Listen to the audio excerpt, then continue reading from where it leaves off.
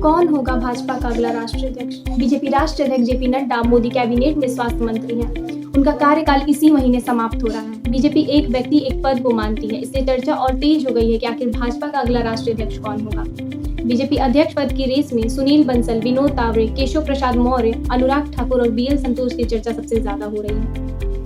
पहला नाम सुनील बंसल, उम्र 55 साल, राज्य राजस्थान, राजनीतिक अनुभव 35 साल से भी ज्यादा। मजबूत दावेदारी की वजह यह मानी जा रही है कि बीजेपी के राष्ट्रीय महासचिव आरएसएस के पूर्व प्रचारक हैं, अमित शाह के करीबी माने जाते हैं। इकोनॉमिक्स टाइम्स की एक रिपोर्ट के अनुसार बंसल ने लोकसभा चुनाव के दौरान सभी कॉल सेंटर्स को संभाला, फीडबैक जमा किया और जमीनी स्तर पर कार्यकर्ताओं को प्रोत्साहित करने का काम किया।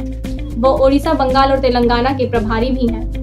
उत्तर प्रदेश में जब भाजपा का नामो निशान नहीं था, तब बंसल और केशव मौर्य की जोड़ी कमाल की थी और उत्तर प्रदेश में बीजेपी की जोरदार वापसी कराई। कमजोर कड़ी राजस्थान से आते हैं। 2014 चुनाव से पहले उत्तर प्रदेश में प्रभारी थे। इनके नेतृत्व में बीजेपी ने लोकसभा और विधानसभा चुनाव में शानदार प्रदर्शन किया।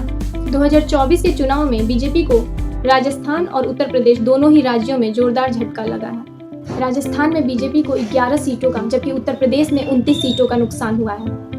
ऐसे में संभव है कि पार्टी इन्हें राष्ट्रीय स्तर पर लाने के बजाय इन्हीं दोनों प्रदेश में से किसी एक प्रदेश में संगठन को नए सिरे से मजबूत करने के लिए भेज दे। दूसरा नाम विनोद तावड़े, उम्र 61 साल, राज्य महाराष्ट्र, राजनीतिक अनुभव 30 साल से ज्यादा। मजबूत दावेदारी की वजह 1995 में इन्हें पहली बार महाराष्ट्र महासचिव बीजेपी की तरफ से बनाया गया। इनकी संगठनिक क्षमता को देखते हुए 2002 में इन्हें दोबारा ये जिम्मेदारी दी। 2014 में बोरीवली विधानसभा सीट से चुनाव जीतकर ये सरकार में शिक्षा मंत्री बने। इनके बारे में कहा जाता है कि ये कुशल प्रशासक के साथ साथ कुशल संगठनकर्ता भी हैं।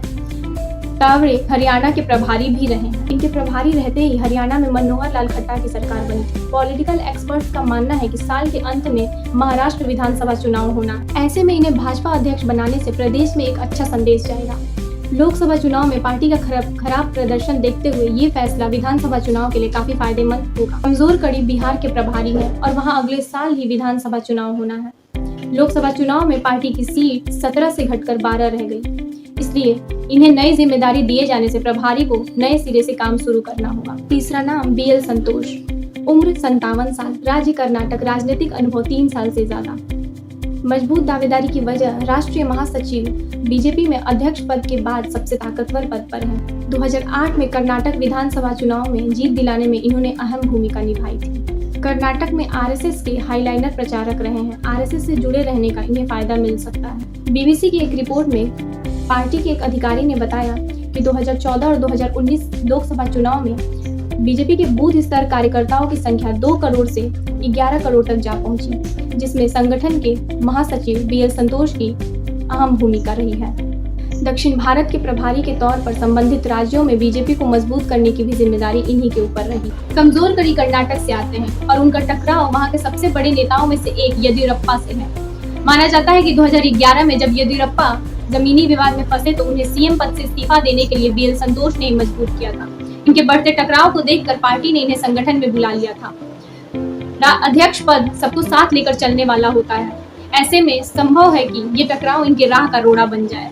बीजेपी अपने चौंकाने वाले फैसलों के लिए जानी जाती है। ऐसे में संभव है कि कोई नया नाम भी सामने आ सकता है जिसकी मीडिया में कोई चर्चा भी ना हो। ऐसे ही न्यूज के लिए देखते रहिए यूपी न्यूज 18।